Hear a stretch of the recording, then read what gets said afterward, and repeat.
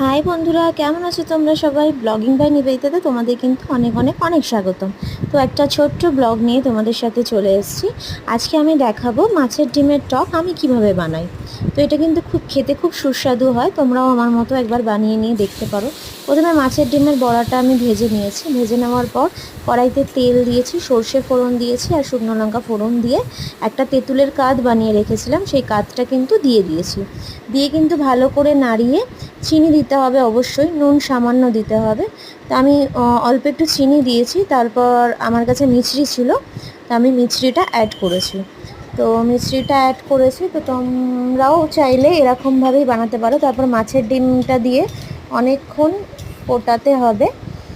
তো ফোটানোর পর কিন্তু স্টেকচারটা একদম গ্রেভি গ্রেভি টাইপের হবে। এটা কিন্তু মোস্ট অফ চাটনির মতনই খেতে লাগে, খেয়ে দেখতে পারো, তোমাদের অবশ্যই ভালো লাগবে।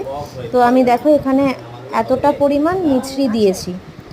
তো আমার কিন্তু টক ঝাল আর মিষ্টির পরিমাণটা কিন্তু সেম ছিল। তো লাস্ট ফিনিশিং এটা ছিল।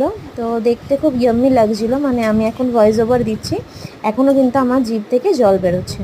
তো তোমরাও কিন্তু আমার মতো বানিয়ে নিতে পারো। তো বন্ধুরা, আজকের ব্লগটা এইটুখানি। আমার ভিডিওটা ভালো লাগলে আমার চ্যানেলটাকে সাবস্ক্রাইব করে দিও, আর একটা লাইক আর একটু ভিডিওটা শেয়ার করে দিও।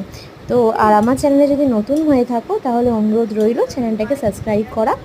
তো আমি কিন্তু খুব ভালোই আছি, তোমরাও খুব ভালো থাকো। শুভরাত্রি। চলো, টাটা, বাই। আর আজকের মতো এইটুখানি, টাটা।